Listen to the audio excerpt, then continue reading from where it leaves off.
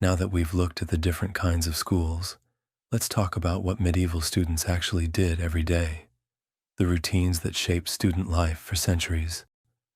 Medieval school days followed church bells, meaning schedules changed wildly with the amount of daylight in ways that would make no sense to modern students, used to the same schedule, no matter the weather.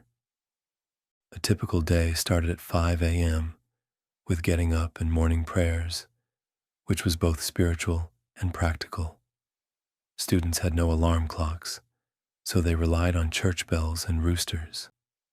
After prayers, students went to morning classes from 6 a.m. to 9 a.m., taught by senior teachers on important texts. These ordinary lectures covered the main lessons, and everyone had to be there. The morning classes happened when the natural light was best, and everyone, teachers and students, was freshest. Teachers usually taught from raised desks, reading directly from important books while explaining things.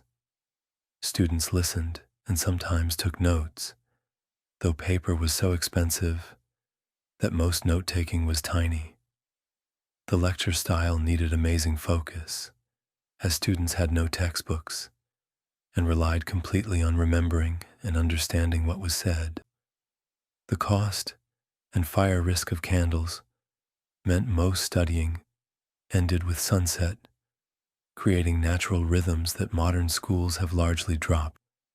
The seasonal rhythms of medieval education created a completely different relationship to learning than modern students experience. Education followed natural cycles rather than artificial schedules, with intense periods of activity when conditions were good and needed rest when the weather was harsh. This approach recognized human limits while working within environmental limits that shaped every part of medieval life.